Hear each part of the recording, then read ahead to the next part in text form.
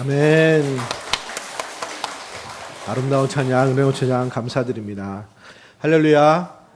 우리 양옆으로 서로 악수하시면서 인사하겠습니다. 예수님의 사랑으로 사랑합니다. 예수님의 사랑으로 사랑합니다. 정말로 무더운 날씨입니다. 다시 만나게, 건강하게 만나게 하신 것 다 하나님의 은혜이고 또 감사인 줄로 믿습니다. 할렐루야. 자, 이제 휴가 시즌이고, 휴가 아쉽지만 가신 분도 이미 이제 보내신 분도 계시고, 이제 가실 계획도 있으시고 이제 그러실 것입니다. 자, 여름철 건강 잃지 않고 즐겁고 풍성한 또 여름날 되시기를 축복합니다. 자, 어느 때 그 학생들 수련회였던 것 같습니다. 교회 자체 수련회로 아마 계곡 근처에 갔던 것 같습니다.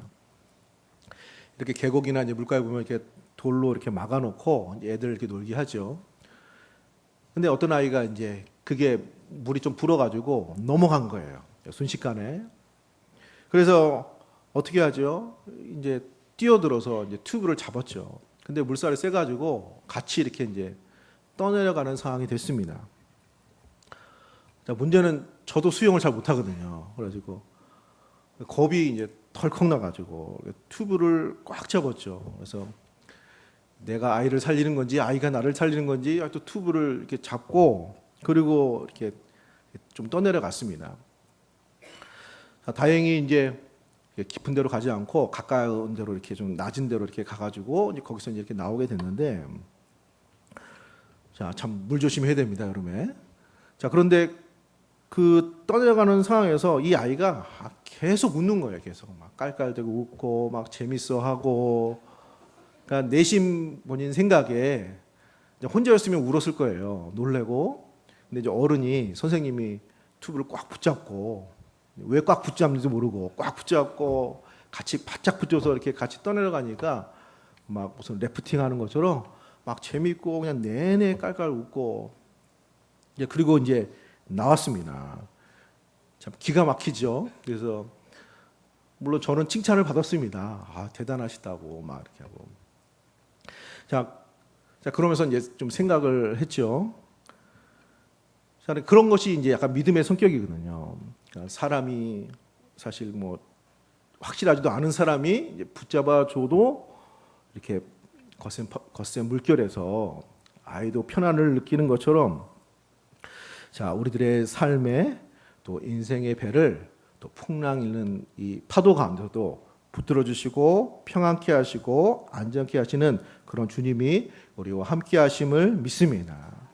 그래서 복음서에 보면은 풍랑 일는 바다에 이렇게 움직이는 출렁이는 그런 배에 관한 말씀이 다 나옵니다. 그러니까 초대교회에 핍박이 많았던 그 성도들한테는 당시의 신앙생활이, 교회 생활이 그런 거와 같았던 것입니다. 우리가 풍랑 일는 이 바다를 헤쳐나가지만 우리 배 안에 예수님이 계시니까, 예수님이 붙들어 계시고 이 배 안에 주님이 함께 하시니까 우리는 이 풍랑 가운데 이 항해를 무사히 갈 수가 있습니다. 이런 믿음으로 이제 신앙생활을 한 것입니다.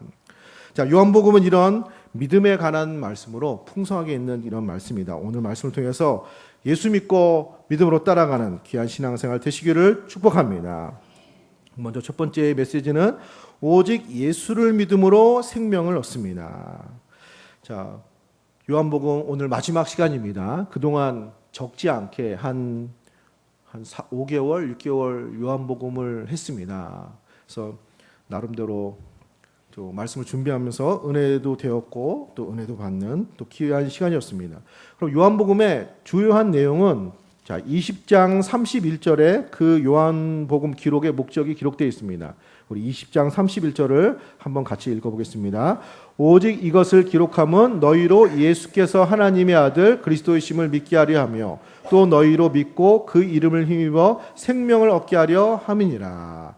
예수를 하나님의 아들로 그리스도로 믿게 하려 하며 또 믿고 생명을 얻게 하기 위해서 이 요한복음을 기록했다고 말하고 있습니다. 그래서 이 요한복음에는 나를 믿는 자는, 예수를 믿는 자는, 이런 표현이 많이 나오고 믿는 자들에게 주시는 그런 하나님의 축복들이 기록되어 있습니다. 자, 우리가 잘 아는 것처럼 요한복음 1장에 보면은 영접하는 자 곧 그 이름을 믿는 자들에게는 하나님의 자녀가 되는 권세를 주셨으니, 믿는 자들에게는 하나님의 자녀의 권세를 주시고, 우리가 잘 아는 3장 16절에는 하나님의 세상을 이처럼 사랑하사 독생자를 주셨으니 이는 저를 믿는 자마다 멸망치 않고 영생을 얻게 하려 하심이라. 또 요한복음 5장 24절에 보면 내가 진실로 진실로 너희에게 이르노니 내 말을 듣고 또 나 보내신 이를 믿는 자는 영생을 얻었고 심판에 이르지 아니하나니 사망에서 생명으로 옮겼느니라. 믿는 자들은 심판을 면한다고 말하고 있습니다. 또 몇 구절 더 살펴보면 6장 35절에는 예수께서 이르시되 나는 생명의 떡이니 내게 오는 자는 결코 줄이지 아니할 터요 나를 믿는 자는 영원히 목마르지 아니하리라. 믿는 자는 목마르지 아니하리라. 7장 38절에 나를 믿는 자는 그 성경의 이름과 같이 그 배에서 생수의 강이 흘러나오리라. 이는 그를 믿는 자들이 받을 성령을 가리켜 말씀하신 것이라. 계속 나를 믿는 자는, 믿는 자들은, 예수를 믿는 자들은, 믿는 자들에게 주어지는 이런 하나님의 은혜와 축복으로 가득 기록된 것이 성경 말씀입니다. 그래서 요한복음 11장 40절에 보면 예수께서 이르시되 내 말이 내가 믿으면 하나님의 영광을 보리라 하지 아니하였느냐. 예수를 믿으면, 주의 말씀 믿으면 하나님의 영광을 보게 된다는 것입니다. 또 요한복음 11장 25절 26절에 나는 부활이요 생명이니 나를 믿는 자는 죽어도 살겠고 무릇 살아서 나를 믿는 자는 영원히 죽지 아니하리니 이것을 내가 믿느냐. 믿으면 생명을 얻고 부활의 생명을 얻고 죽어도 사는 이런 영생의 축복을 얻는다고 말하고 있습니다. 그러니까 이 모든 것이 믿는 자들은, 나를 믿는 자들은 곧 예수님이 그리스도이시고 구세주이시고 하나님의 아들이심을 믿을 수 있도록 요한복음을 기록하고 있는 것입니다. 그래서 요한복음을 읽으면서 우리는 예수를 믿는 자가 되는 것이고 예수를 믿는 자들에게 주시는 이런 생명을 얻게 하기 위해서 오늘 우리에게 이 요한복음 전체의 말씀들을 우리에게 주신 것입니다. 우리가 이 예수를 믿음으로 요한복음에서 기록된 모든 축복의 약속들이, 믿는 자들에게 주시는 약속들이 오늘 우리의 것이 되고 우리에게 임하고 우리에게 주시는 은혜가 될 줄로 믿습니다. 그래서 오직 예수를 믿는 것, 예수를 믿는 믿음을 강조하는 것이 요한복음의 어떻게 보면 전체적인 결론이고 큰 내용이라고 할 수 있습니다. 자, 오늘 요새 아이 이제 성경학교 그런 캠프 이런 성경학교 시간들이 있었는데, 자, 성경학교 왔다고 생각하고 한번 따라해 보시기 바랍니다. 오직 예수. 지금 제가 묻는 말에 답은 오직 예수입니다. 할렐루야. 자, 몇 가지 질문하겠습니다. 하나님의 자녀가 되는 길은 무엇입니까? 영생을 얻는 길은 무엇입니까? 하나님의 심판을 면하는 길은 무엇입니까? 성령을 받는 길은 무엇입니까? 하나님의 영광을 보는 길은 무엇입니까? 부활의 생명을 얻는 길은 무엇입니까? 우리의 소망은 무엇입니까? 참 잘하셨습니다. 그 얘기를 한 거예요. 그래서 그 믿을 수 있는 말씀들을.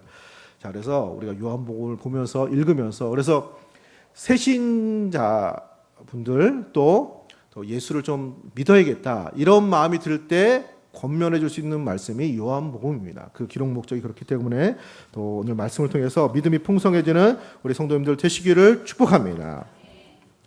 자, 예수 믿어서 믿는 이 믿음의 생명, 영생은 관계의 생명입니다. 우리가 그것을 기억을 해야 됩니다. 자, 성경에 보면 예수를 믿으면 자녀가 되고, 예수를 믿으면 하나님의 백성이 되고, 예수를 믿으면 마치 부부관계에서 사랑받는 아내가 되는 것처럼 그리스도의 신부가 되는 복을 얻는다고 성경이 누누이 말하고 있습니다. 그러니까 자녀가 되고 가족이 되고 사랑받는 자가 되고 예수를 영접해서 생명이 풍성한 이런 관계가 된다는 것이죠. 할렐루야. 자, 우리가 예수를 믿는 것이 그렇게 대단하게 사실 생각이 안 들 수 있습니다. 믿는 것이. 자, 그런데 믿는 자들에게 주시는 요한복음에서 나오는 축복들은 엄청납니다. 영생을 주시죠. 성령을 주시죠. 하나님의 영광을 보게 하시죠. 뭐 축복들이 대단합니다. 믿으시는 분 아멘? 대단해요. 믿는 게 그렇게 대단한 것인가 하는 생각이 들 수 있는데 믿는 자들에게 주시는 축복들이 엄청납니다. 자, 이걸 이렇게 생각해 보면 될 것 같습니다. 자, 우리가 결혼식이 있습니다. 결혼식. 자, 조금 있으면 결혼하는 우리 집사님 자녀분 축복합니다. 자, 그런데 결혼식이 막 되게 길지 않잖아요. 막 결혼식을 몇 달 하시나요? 물론 준비야 그렇게 할 수 있죠. 준비야. 하지만 결혼식 과정은 사실 짧습니다. 너무 기대를 하면 실망할지 모를 정도로 되게 어떤 의미에서 좀 간소할 수 있습니다. 하지만 결혼식을 통해서 이루어지는 그 결혼 관계, 그 다음에 삶의 길은 어떻게 되죠? 정말로 엄청나게 달라집니다. 정말로 많이 달라져요. 삶이 달라져. 그래서 결혼식의 단골 메뉴가 뭐죠? 검은 머리가 팥뿌리가 되도록 사랑하고 한 몸이 되고 한 몸이 되어서 한 길을 가고 삶도 같이 하고 자녀도 낳고 가정도 꾸리고 정말로 결혼하기 전에 생활하고 결혼 후에 인생하고 정말로 다릅니다. 정말로 큰 차이가 있어요. 근데 그것이 결혼을 통해서 바뀌는 거예요. 결혼식 자체는 그것이 그렇게 삶에 큰 변화를 줄 것 같은 그런 게 확 보이는 건 아닙니다. 하지만 우리가 경험적으로 이 결혼이 얼마나 삶을 이렇게 바뀌게 만들고 다르게 만드는 제2의 인생과 같은 것을 우리가 잘 알고 있습니다. 예수를 믿는 건 그런 성격을 가지고 있습니다. 믿는 것은 사실 대단하게 보이지 않을 수 있어요. 그래서 사람들이 사실은 예수를 안 믿습니다. 믿는 것이 내가 예수를 믿는 것이 이렇게 크게 보이지 않을 수 있죠. 그렇지만 그 믿는 자들에게 주시는 축복과 그 영생의 축복과 이런 모든 삶의 충만함은 어떤 것과 비교할 수 없는 그런 하나님의 놀라신 축복과 구원의 역사가 우리에게 나타나게 된 줄로 믿습니다. 이런 관계적인 측면이 있다는 것입니다. 그래서 요한복음 17장 3절에 영생은 곧 유일하신 참 하나님과 그의 보내신 자 예수 그리스도를 아는 것입니다. 우리가 누군가 안다고 할 때는 어떤 의미죠? 내가 저분을 압니다. 저기 집사님을 내가 좀 잘 알아요. 그러면 키를 알고 몸무게를 알고 어디 사는지 알고 이런 걸 말하는 것이 아니죠. 내가 개인적으로 좀 친분이 있습니다. 관계가 있습니다. 내가 잘 아는 사이입니다. 남다른 사이입니다. 그런 의미죠. 영생은 곧 유일하신 참 하나님과 그의 보내신 자 예수 그리스도를 아는 것입니다. 예수님과 관계가 맺어지는 것입니다. 그분이 우리의 주님이 되시고 그분이 우리의 왕이 되시고 하나님 우리의 아버지가 되시어서 늘 함께 하시는 하나님의 역사가 우리 가운데 나타나는 풍성한 관계가 되는 것입니다. 그리고 이 관계는 많은 삶의 변화를 만들 뿐만 아니라 영원한 것입니다. 우리가 죽음을 맞이해도 그 관계가 깨지지 않습니다. 우리 영혼이 하나님 앞으로 갑니다. 예수님 오셔서 모든 사람이 부활할 때 새롭게 부활하는 우리의 몸도 어떤 사람이죠? 예수를 믿는 나입니다. 예수님의 자녀인 나입니다. 하나님의 자녀인 나입니다. 하나님의 백성인 나로 새롭게 부활하여 그 나라를 누리게 될 줄로 믿습니다. 이 모든 것의 시작이 어디에 있죠? 예수를 믿는 것에 있습니다. 그러니까 얼마나 큰 것입니까? 얼마나 큰 그런 내용인가요? 그래서 요한복음은 예수를 믿는 자들에게 주시는 이런 풍성한 약속과 축복들을 누누이 말하고 있습니다.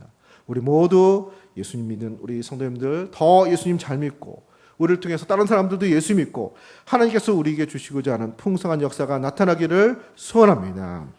그래서 이런 은혜를 로마서 8장 35절 39절에 이렇게 표현하고 있습니다. 누가 우리를 그리스도의 사랑에서 끊으리요 환난이나 공고나 박해나 기근이나 적신이나 위험이나 칼이라 높음이나 깊음이나 다른 어떤 피조물이라도 우리를 우리 주 그리스도 예수 안에 있는 하나님의 사랑에서 끊을 수 없으리라. 예수를 믿는 자들에게 주시는 이런 축복과 그 풍성한 관계는 어느 누구도 끊을 수 없는 귀한 은혜 역사로 우리에게 주시는 것입니다. 어떤 의미에서 예배는 그런 관계를 확인하는 것입니다. 내가 예수 믿는 사람이고 내가 하나님의 자녀이고 내가 하나님의 백성이고 하나님의 사랑받는 자임을 확인하고 또 이렇게 어떻게 보면 점검해보고 또 확인되어지는 그런 시간이라고 할 수 있습니다. 할렐루야. 확인되어 주시기를 축복합니다. 우리 남자분들이 밖에서 열심히 일을 합니다. 이 더운 날씨에도. 그래서 일에 함몰되어 가지고 계속 일하면서 내가 일을 하는 건지 일이 내 안에 있는 건지 이렇게 하다가 이제 우리 직장 동료들이 이제 집에 갑니다. 이제 집에 안 가냐고 가족들 기다린다고 할 때 그제서야 생각이 나죠. 아, 집이 있구나. 가족이 있구나. 내가 가족으로 집으로 돌아가야겠구나 하고 집에 돌아와서 내가 혼자가 아니고 가족이 있고 함께 사는 이런 식구가 있는 것을 확인하게 되는 것이죠. 오늘 예배 시간이 그런 확인이 되어지는 시간, 우리가 하나님 백성인 것을 또 분명하게 또 믿어지는 시간, 풍성한 시간 되시기를 축복합니다. 이렇게 예수를 믿으면 생명을 얻고 하나님의 가족이 되고 영생을 얻는 풍성한 은혜를 주신다는 것입니다. 두 번째 메시지는 예수를 믿는 우리들에게 오늘 본문에서 우리에게 주신 말씀은 예수를 믿고 따라오라고 말하고 있습니다. 여기 18절, 19절에 보면 예수님께서 베드로에게 하시는 말씀입니다. 내가 진실로 너에게 이르노니 내가 젊어서는 스스로 띠띠우고 원하는 곳으로 다녔거니와 늙어서는 내 팔을 버리니 남이 내게 띠띠우고 원하지 아니한 곳으로 데려가리라.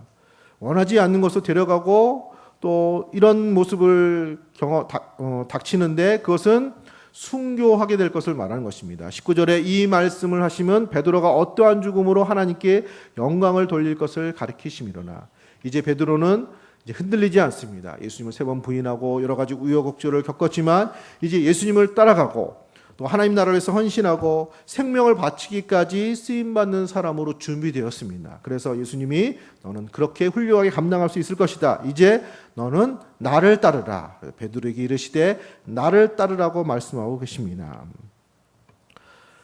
사랑하는 성도님들, 우리가 예수를 믿으면 그 믿음은 우리 안에 있는 믿음은 우리의 삶 속에서는 예수님을 따르는 삶으로 나타나게 되어 있습니다.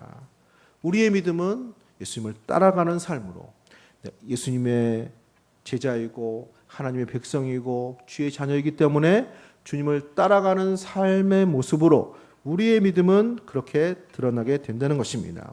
주님을 믿고 따라가는 우리 성도님들 되시기를 축복합니다. 세계적인 명설교가로 알려진 스펄전 목사님은 이 부분을 설교하면서 성도들에게 이렇게 선포했습니다. 예수님을 따라가는 것을 평생의 과업으로 삼으십시오. 평생에 우리가 해야 될 일은 예수님을 따라가는 것입니다. 그러면서 실천적인 지침으로 삶의 주된 일을 예수님 따르는 일로 정하십시오. 예수님 따르기 위해서 감당하지 못하는 것들은 내려놓으십시오. 우리가 제한된 존재인 것을 기억하면서 모든 것을 다 할 수 없다는 사실을 겸손하게 인정하고 먼저 예수님을 따르십시오. 자, 예수님을 따르는 우리 성도님 되시기를 축복합니다. 우리 예수 믿는 사람으로서 평생의 과업 중에 하나는 예수님을 따르는 것입니다. 그래서 우리가 분명하게 예수님을 따라가는 삶의 모습부터 만들어가는 것이죠. 주일 예배 드리는 것도 그런 한 부분입니다. 우리가 기도하는 것도 그런 모습이죠. 우리가 어떤 선한 모습으로 만들어 가려고 하는 것도 그런 모습이죠. 우리가 보여지는 정말로 큰 모습, 예수님을 따라가는 모습, 그 모습부터 우리가 만들어 갈 때 우리가 점차적으로 예수님을 따라갈 수 있는 그런 삶의 모습으로 만들어질 줄로 믿습니다. 이런 믿음의 결단이 있기를 축복합니다. 자, 물론 쉽지 않은 면이 있습니다. 예수님이 눈에 보이지 않죠. 뭐 보여야 따라가죠. 자, 그러나 주의 말씀은 들립니다. 성경 말씀이 있고 우리가 하나님의 뜻을 알고 있습니다. 예수 믿는 사람은 그 뜻에 그 음성에 귀를 기울이고 우리는 예수님을 따라가는 것입니다. 자, 어떤 화재 현장이 있었습니다. 불이 났어요.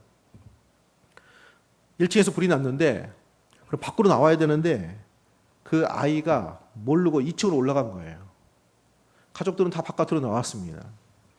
아이가 없어요. 보니까 2층에 있는 거예요. 연기가 막 자욱해가지고 막 1층이 막 불에 타고 있습니다. 아버지가 아들에게 외칩니다. 아들아, 뛰어내려. 아빠가 받아줄게. 여기 있어.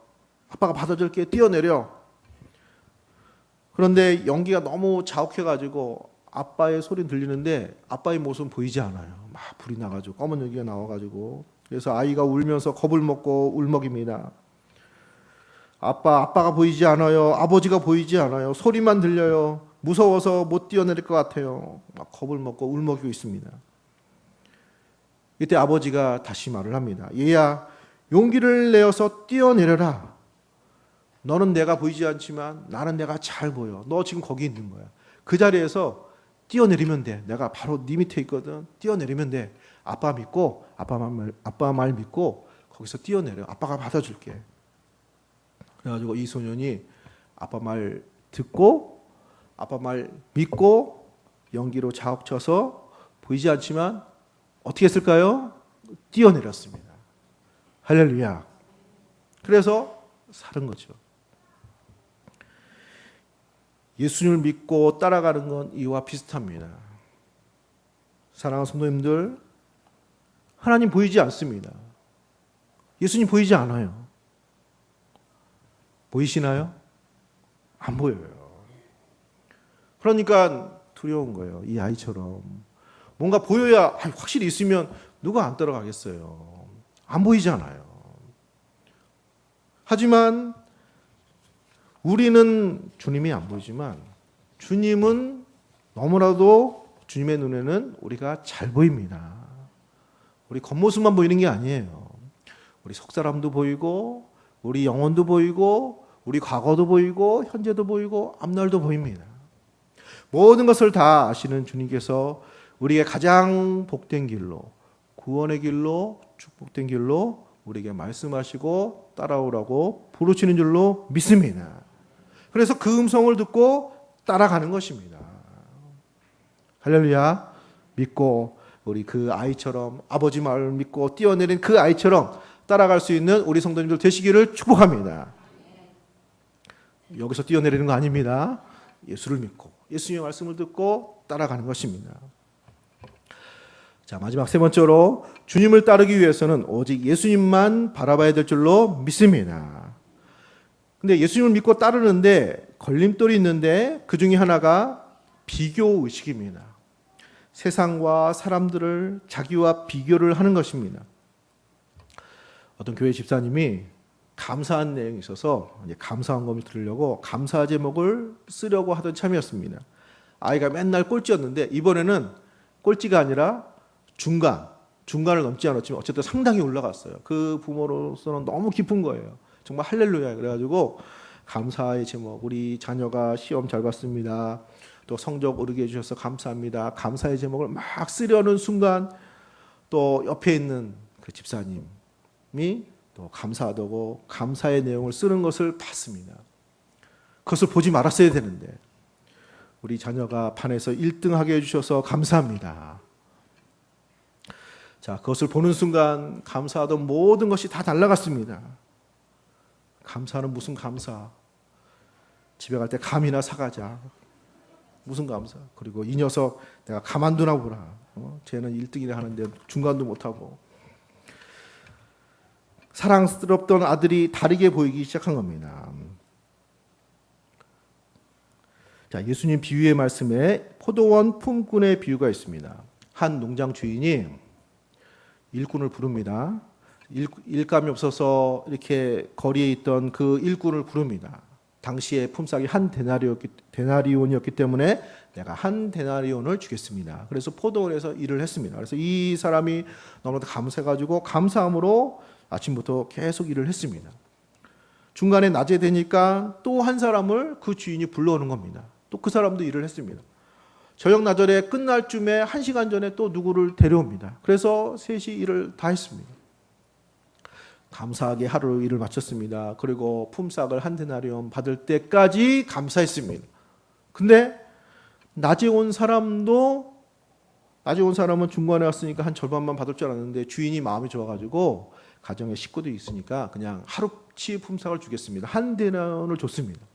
마음이 갑자기 상하기 시작했습니다.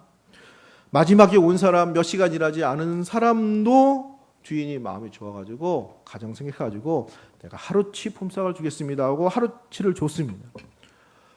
갑자기 감사하던 이 일꾼이 생각이 바뀌었습니다. 그리고 주인에게 따집니다. 아니, 이런 일이 어떻게 있을 수 있습니까? 이건 불의한 것입니다. 왜 또 일하는 시간이 틀린데 왜 그렇게 다르게 줘야지 똑같이 줍니까?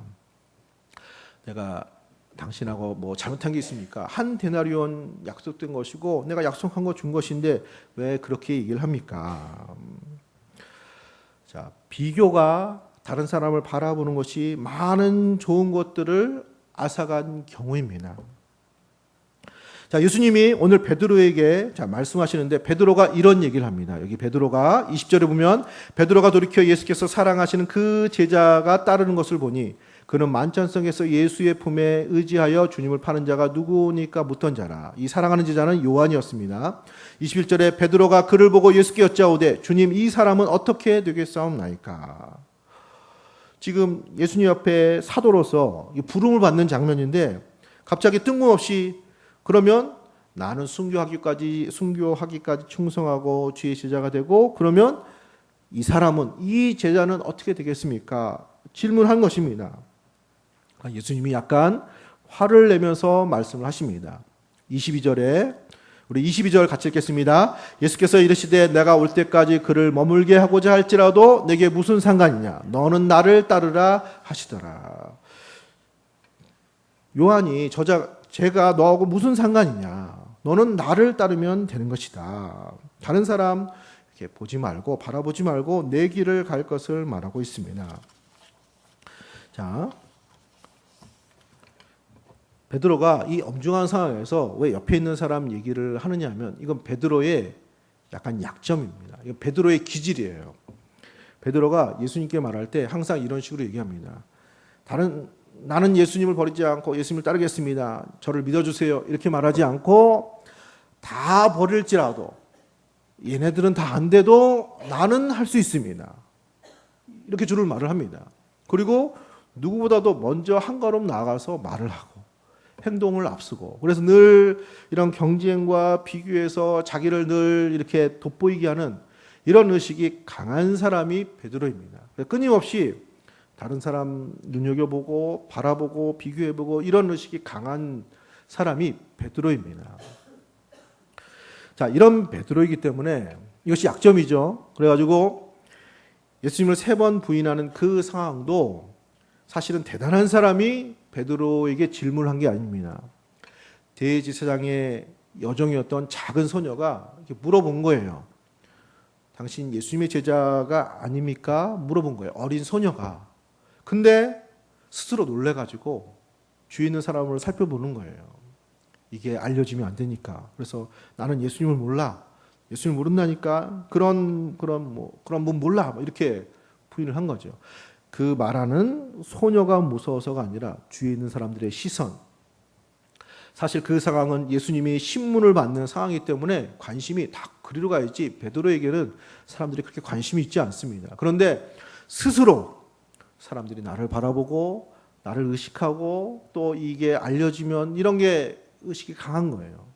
그래서 예수님을 3번까지 부인하게 된 그런 단초를 제공을 했습니다. 자, 사랑하는 성도님들, 우리도 어떤 면에서 이런 베드로의 모습이 있습니다. 베드로의 약점들이 있습니다. 우리가 예수님을 바라보고 믿음으로 따라갈 수 있는데 자꾸 다른 사람이 보입니다. 세상이 보입니다. 또 믿음으로 사는 우리에게 또 마땅히 또 주어져야 되는 이런 축복과 이런 환경들이 아니라는 생각이 들기도 합니다. 그런 생각들이 예수님 바라보면서는 생각이 잘 나지 않습니다. 예수님 바라보면 믿음이 생기죠. 감사가 나타나죠. 은혜가 풍성하죠. 이제 그렇게 됩니다. 그런데 시선을 예수님을 바라보지 않고 옆에 있는 사람 바라보고 요한을 바라보고 다른 제자 바라보고 누구를 바라보고 또 학교에서 1등한 자녀 부모 바라보고 누구 바라보고 이러면 이제 못 따라가는 거죠. 그래서 히브리서 12장 2절에 믿음의 주요 또 온전하게 하신 예수를 바라보자. 그는 그 앞에 있는 기쁨을 위하여 십자가를 참으사 부끄러움을 개의치 아니하시더니 하나님 보좌 우편에 앉으셨느니라. 사랑하는 성도님들, 비교하는 눈을 가지고는 감사할 수도 없고 예수님을 온전히 따라갈 수 없습니다. 우리를 부르신 부름의 자리에서 오직 예수님 바라보고 예수를 믿고 따라갈 수 있는 귀한 역사 만들어 가시는 성도님들 되시기를 소원합니다. 자, 말씀을 정리하고 마치겠습니다. 예수를 믿는 것은 엄청난 축복입니다. 이게 얼마나 큰 건지는 잘 보이지 않는 거예요. 예수를 믿는 이 믿음은 우리의 속사람은 변하지 않습니다. 우리가 죽어도 예수 믿는 사람이에요. 예수님 다시 오셔도 예수님 믿는 사람이에요. 예수님이 그렇게 되도록 우리를 붙들어 주십니다. 그것이 예수를 영접하는 것입니다. 그것이 예수님을 따르는 것입니다. 이런 믿음의 축복, 영생의 축복을 확신하시고 예수를 믿고 믿음으로 따라가시는 우리 성도님들 되시기를 예수님의 이름으로 기도합니다. 우리 이 시간에 한 목소리로 기도하겠습니다. 주님, 예수를 믿는 이 풍성한 축복 우리의 것이 되기를 소원합니다. 주님과 맺어진 믿음으로 말미암아 만들어진 이 관계의 풍성한 은혜를 깨닫고 오직 예수 믿고 온전하게 주님 따라갈 수 있는 우리들의 믿음 생활 되게 하여 주시옵소서. 이 시간에 한 목소리로 기도하겠습니다. 거룩하신 우리 아버지 하나님, 은혜를 주심으로 감사드립니다. 예수를 믿고 주님을 따라가기를 소원합니다. 오직 주님만 바라보길 소원합니다. 믿음의 주요 온전하게 하신 예수님 믿고 따라가기를 소원합니다. 믿음의 축복이 있습니다. 자녀가 되는 권세가 있습니다. 성령을 받습니다. 영생을 얻습니다. 생명을 얻습니다. 부활의 생명을 얻습니다. 하나님의 영광을 보게 됩니다. 하늘의 상이 있습니다. 하늘의 시민이 됩니다. 주의 자녀가 됩니다. 사랑하는 주의 백성이 되어집니다. 믿음으로 말미암아 주어지는 이런 풍성한 축복을 우리의 자리에서 이 자리에서 우리의 인생길에서 주신 것을 또 감사하며 감사함으로 오직 예수를 믿고 따라갈 수 있는 귀한 역사가 있기를 소원합니다. 너는 나를 따르라 말씀하신 예수님께서 예수를 믿고 따르라고 말씀하신 이 요한복음의 결론의 메시지가 오늘 우리에게 주시는 그런 말씀이 되게 해주시고 오늘 한평생 예수를 믿고 감사함으로 주님을 따르는데 믿음으로 승리하는 복된 신앙생활 되게 하여 주시옵소서. 하나님 감사를 드립니다. 많고 많은 사람들 중에 우리를 택하여 부르시고 예수 믿게 하시어 믿음의 축복, 생명의 축복, 영생의 축복을 누리게 하시니 감사를 드립니다. 오직 예수님 바라볼 때 감사뿐입니다. 오직 예수님 바라볼 때 기쁨과 찬송이 나오게 될 줄로 믿습니다. 오직 예수님 한 분 바라보며 예수 믿고 주님을 따라갈 수 있는 풍성한 역사, 은혜의 역사 나타나게 하여 주시옵소서. 감사드리며 살아신 예수님의 이름으로 기도하였나이다. 아멘.